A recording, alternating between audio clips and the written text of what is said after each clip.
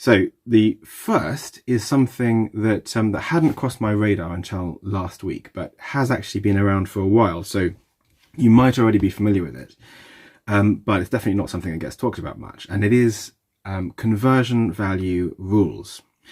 So these let you make adjustments to the value, the conversion value that's attributed to your conversions, depending on certain attributes of the click that led to the conversion.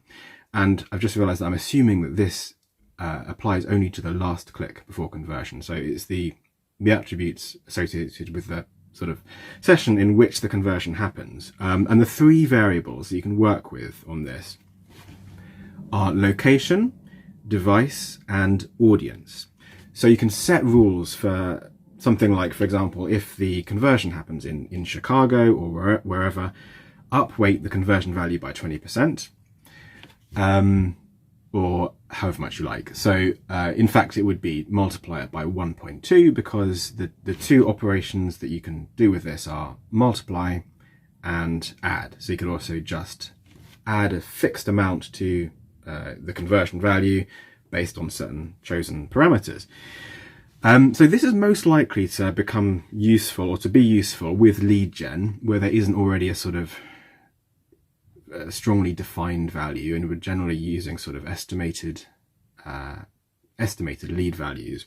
And I think this option is particularly useful with a view to the value-based bidding idea that Google's been talking a lot about recently. So, basically the idea that you really want to feed the smart bidding algorithms with values that reflect the actual bottom line value to you as the advertiser as closely as possible. Next, a couple of things on RSAs, responsive search ads. So last week I wrote a blog post on RSAs, which was quite long, but in summary I was looking at the question of how clever they are or aren't, and how much they take into account when choosing which lines of text to bring into play for different auctions. And the answers to that are, one, we don't know. So we do know, well, we've got good reasons to think they do some contextual matching beyond just the performance patterns that they build up through trial and error within your own account. If they did work purely on trial and error and just cycling through and seeing which works best, it would actually take a ludicrous amount of data to build up proper, useful patterns. An interesting sort of way to look at this is that if you just looking at the headlines, if you filled up all 15 headline slots, it would take almost 3,000 impressions to cycle just once through all of the different headline combinations, all of the different 2 and 3 headline combinations. And then that would be, so that's one instance of each one showing. And so obviously you need to multiply that by, at least 100 to start building up any kind of comparative data. And that would just be comparing how they perform on a single type of auction, a specific type of auction, if we keep that constant. So obviously then you've got to multiply that by the different search terms or keywords and the different devices and locations and demographics and combinations of these things. So, you can see the problem when you start to multiply that, and then still we're only looking at the headlines alone.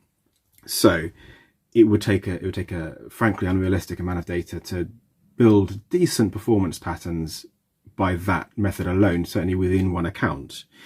And also, as a side point on that, it's probably usually not a good idea to fill up all 15 headlines for that reason. It will just overwhelm the capacity to test properly. Now, the other thing on RSAs is the question of ad strength. So this is quite an obscure metric in terms of what exactly it's based on, how it's calculated, but it's supposed to give you feedback on the relevance, quality, and diversity of your copy. That's how Google puts it on their help page about RSAs. Now, earlier this week, PPC Hero wrote up a test that they'd recently carried out on the relationship between ad strength and ad performance. And in this test, they found no correlation between ad strength and ad performance. I think by the look of it, they might have actually come up with a slightly negative correlation, but called it no correlation. Now, one thing about their test is that the ad strength, they were specifically manipulating ad strength by pinning lines of text. And when you do that, generally, or maybe always, it lowers the ad strength because it limits Google's capacity to test different combinations. Now, I said earlier that Google doesn't rely solely on that testing process, that basic trial and error, but that is still the main force behind optimizing an RSA. So given the high numbers of impressions that are required to do those proper tests, an ad that has its components pinned, intentionally pinned in a decent combination, could well have an inherent starting advantage over an unpinned ad that could take a long time, a lot of data and a lot of testing to overcome. So there is that. I don't think the test was on a scale sufficient to rule that out. Another point really is that obviously what the lines are and how well they combine in different combinations is a variable that is very hard to control for. And it's also a factor that's really worth thinking quite carefully about when you feed RSAs with whatever text lines you do feed them with. Anyway, the conclusion from this write-up was, don't worry too much about ad strength because it doesn't seem to really be related to performance in any clear way.